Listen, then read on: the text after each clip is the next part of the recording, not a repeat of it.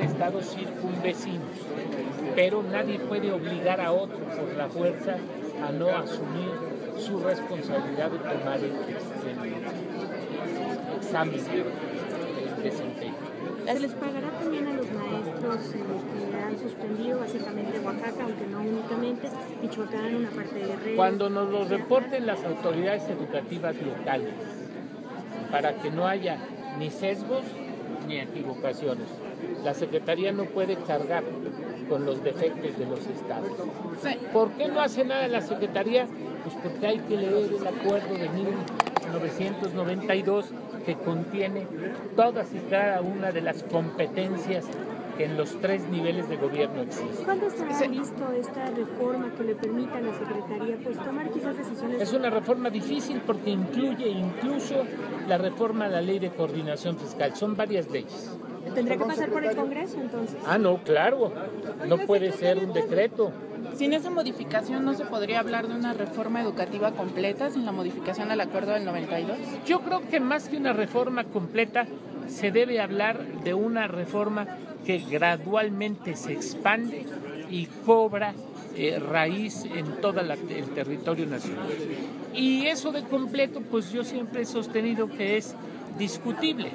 Son 3 estados de 32 entidades. Entonces usted dirá que es lo completo. Lo que tira a 3 o lo que tira a 29. Pero precisamente, ¿qué se puede hacer en estos 3 estados? Para aclarar esto que estaba mencionando sobre el pago. Entonces, ¿no han reportado los gobernadores la falta de maestros, por ejemplo, de Oaxaca que estuvieron aquí en el plantón? No ha habido un reporte. No ha habido un reporte. No ha habido un reporte, pero me quedé a medias de contestarle a usted, por favor. Señor, entonces, ¿qué se puede hacer realmente en estos 3 estados ahora en las competencias actuales de la SEP? ¿Qué se podría hacer? Bueno, lo que usted ha visto, no se puede hacer nada porque es patrón sustituto. Lea el artículo, se lo voy a mandar, el 1992, el de 1992. Sí lo he leído, señor. Sí lo he leído. Ahí dice que la operación le corresponde a los estados y la Secretaría es área normativa. Ya nos estamos volviendo en operativa, con los programas que tenemos, pero pues si no tiene usted los instrumentos, ¿qué se puede hacer? Se la pongo al revés y con gran respeto, porque luego dicen que lo regaño y no hay tal. ¿Qué puede hacer usted si no tiene los instrumentos jurídicos?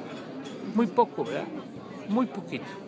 Entonces queremos estar dotados de esos instrumentos para que podamos suplir las deficiencias cuando las haya de tal magnitud que dejen a niños, a 1.300.000 niños sin clases por un periodo inaudito de días. Esas son las cosas que necesitamos, esas son las que estamos buscando, esas son las que no son sencillas de llevar a cabo. ¿Perdón? ¿Nadie reporta las faltas de los maestros a la SEP? No, las reportan allá. A la ley, a la SEP no nos la han reportado los estados de los que hemos hablado. Otros sí. O sea, distingamos. Los 29 estados donde se cumple la reforma, yo no tengo problema. ¿Qué pasó? Yo he hecho descuentos. Bueno, dije una cosa, Sonia. Dije que había ahorros hasta de 10,000 millones de pesos. Viene de ahí, de todo lo que nos han reportado los estados que sí reportan. No solo las faltas, las plazas que en realidad no se desenvuelven en la práctica de la docencia. Todas estas cosas sí se han reflejado en economías para poder pagar a maestros preparados que, habiendo pasado su examen, reciban su plaza. ¿Y qué van a hacer con ese dinero? Mejorar la calidad de la educación siempre y cuando no los autorice la Secretaría de Hacienda. Secretario, ¿qué opina de que los maestros digan que la reforma es punitiva y que atenta contra sus derechos laborales? ¿Qué quiere decir punitivo? Punitivo quiere decir lo que es castigo. Si le quieren llamar a la sanción castigo, están en su derecho. Dígame. Secretario, ¿se ha permitido que la gente se convierta en un negocio familiar? De igual manera utilizan recursos, en fin, todo lo que hacen en cuanto a pues manejar de esta manera a los profesores de la entidad. ¿Por qué se ha permitido esta situación? Porque ha sido consecuencia de una descentralización que en muchos casos ha permitido adelantos y en otros como este nos ha impedido actuar a quienes debemos actuar y tenemos la fuerza para actuar y resolver el problema. No es una deber, no es regaño tampoco, no es un problema de permisión, es un problema de que se desarrolla un asunto y nadie mete las manos. El que debía, quién sabe por qué razones. Y los que quisiéramos meterlas, porque no tenemos facultades. Aunque nos diga la gente una y otra vez, algún iluminado que siempre dice, y la SEP, pues la SEP está cumpliendo con sus responsabilidades. ¿Por qué no se preguntan mejor? ¿Y la SEP sí se coordina con otros 29 estados? Sí, porque hay voluntad de esos estados para coordinarse. Ahí sí funciona, ¿verdad? Ahí sí se está dando la reforma, ¿verdad?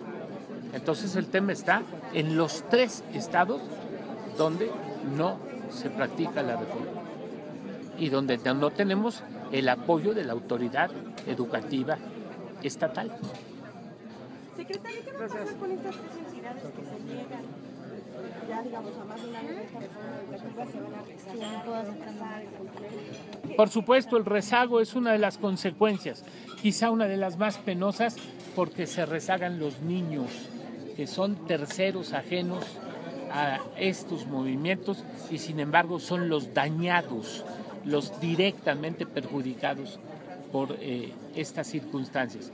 Yo espero que con alguna serie de cambios que esperamos se den pronto, esto se resuelva. ¿Cambio legislativo?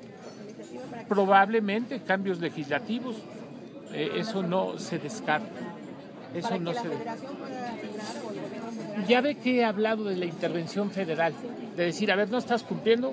¿A esos cambios se refiere usted? A esos y a otros.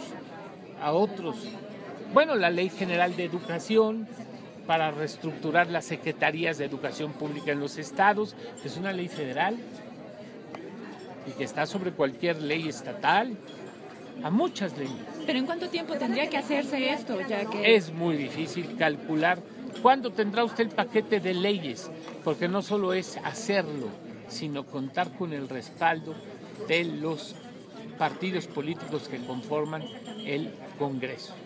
Y además agregue usted que en este momento el Congreso está en tránsito hacia una nueva conformación.